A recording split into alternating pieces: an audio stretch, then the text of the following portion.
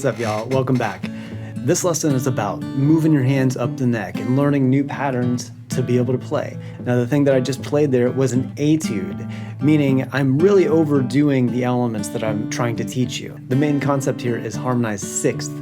Now, it's actually something really easy to do because there's only two shapes that you have to learn, and then you can do this over any chord, and it's so easy. If you stick with me to the end of the video, you guys will be able to play this today. So let's jump in and start learning. All right, very cool. So the first idea is let's learn these two shapes. We have this shape. Okay, now follow the tab, but it's important for you to also follow my fingering of the left hand here, okay? This is what we'll call shape one, where it goes straight across. Shape two looks like this, okay? And it's kind of more of a diagonal. Here we have 3rd fret and 4th fret. We're skipping the string in the middle too. Okay, so notice the little hole in the middle. Okay, those are the two shapes to be able to work your way up the neck. A mixolydian will look like this. And this is the fingering I strongly recommend, is 2nd finger and 3rd finger. Now that might not be what your first choice is. You might want to do this. But you'll see that when you go to the next shape, you're gonna have to like reset your fingers, okay? So the reason we do this shape is so that every single time the 2nd finger stays on the same string. That's kind of what we call our leading finger. That's the finger that we're visually keeping an eye on here. So now we're in the 2nd position, shape 1. And then we go up to the 3rd position, we play shape 2, which means we are 4th fret, 3rd fret. Okay, let's go up to the 5th position and play shape 1 again. That's it. Okay, shape 1 again in 7th position. Yeah. Then we go shape 2 in 8th position. And then finally, we have shape 2 again in 10th position. Okay, let's try to do that backwards. So we have shape 2 in 10, shape 2 in 8, shape 1 in 7, shape 1 in 5, shape 2 in 3, and then shape 1 back into 2nd position. Okay, so that's what you should practice, is trying to see if you can go up and down just up to that 10th fret, up to that 10th position. Okay, every time we change the chord from like A to D, we actually have to change the scale to be A mixolydian or D mixolydian. No, don't get worried. Actually, that makes it easier for you. That means that all you have to do is learn these two shapes and the pattern over each of the chords, and the frets will stay actually the same. Let me show you what I mean. All you have to do is just shift everything you just learned down a string set, so it literally will feel exactly the same on your hands, other than the strings being a little skinnier. So let's check that out. So now we're on D.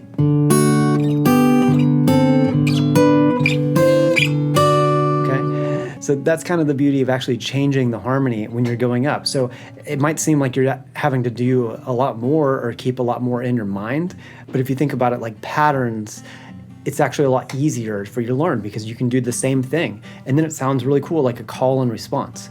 All right, so finally we have the E chord, and literally, you know, it's gonna be the same shapes again. I'll just play it up and then you follow the tabs on the screen.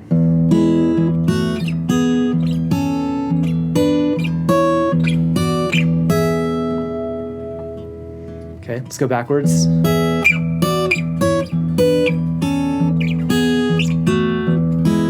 Okay, now the pattern of those actual shapes, it's still the same. It just depends on where you're starting from. Another really cool thing about these patterns is that you can actually connect the shapes using what we call chromatic connections. So if you have this shape, okay, if you have this shape and it's connecting, sometimes the shapes are the same. Okay, that means that you can connect like that. You can connect in the middle. Okay, so that happens like that. So you can also see that on the D where you're kind of having this,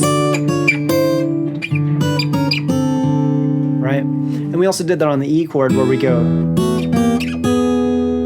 right? So you can see on the chart here where I've added the connectors in parentheses, and that means that they're not technically part of the scale, don't land on those spots, use them as kind of pass-through notes. So lastly, I want to talk a little bit about how to actually use this. I wrote that etude at the beginning as an example, and obviously I'm overdoing this concept a lot, and that's so that you guys can learn how to do it. Playing that etude that I played at the beginning of this video is really going to help you learn these shapes, and you could just do that to help train your ears and help train your hands to get up and down the neck in the right patterns. But when you're actually using this in your own blues, don't use it over every single chord like that. What I would do instead is something like maybe where you play riffs over the A chord and then like a harmonized sixth over the D, which would be the 4 chord in this case. So something like kind of like this.